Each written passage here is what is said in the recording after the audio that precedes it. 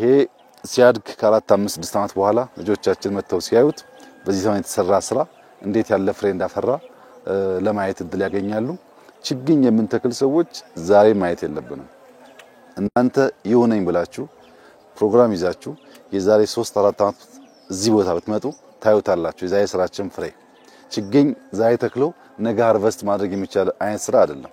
ጊዜ ይፈልጋል፣ እንክብካቤ ይፈልጋል፣ ጥበቃ ይፈልጋል። ያንን ካሟላን ግን እጅግ ውብ የሆነ ነገር ማየት እንችላለን። በእርግጠኝነት ይህ አካባቢ ከሆነ ዓመት በኋላ በጣም ማራኪ መዝናኛ ይሆናል። ይሄ ወክወይ የምታዩት ከዚህ ጀምሮ እስከ ፒኮክ ቦሌ ድረስ የሚገናኝ ነው።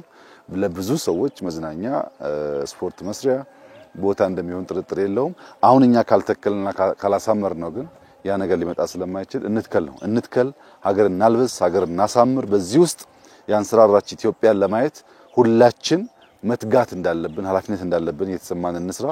መላው ኢትዮጵያ ሕዝብ ግሪን ሌጋሲን ከልቡ ተቀብሎ እየተጋነ ያለው በምንም መንገድ ሳንከፋፈል ሀገራችንን ማስዋብ፣ ማሳመር፣ ማልበስ ላይ በጋራ እንድንቆም አደራ ማለት ፈልጋለሁ። ደስ የሚል የክረምት ስራ ነው። ሁሉም ሰው በመትከል ኢትዮጵያን እንዲያለብስ መልእክት አስተላልፋለሁ። እጅግ አድርጌ አመሰግናለሁ።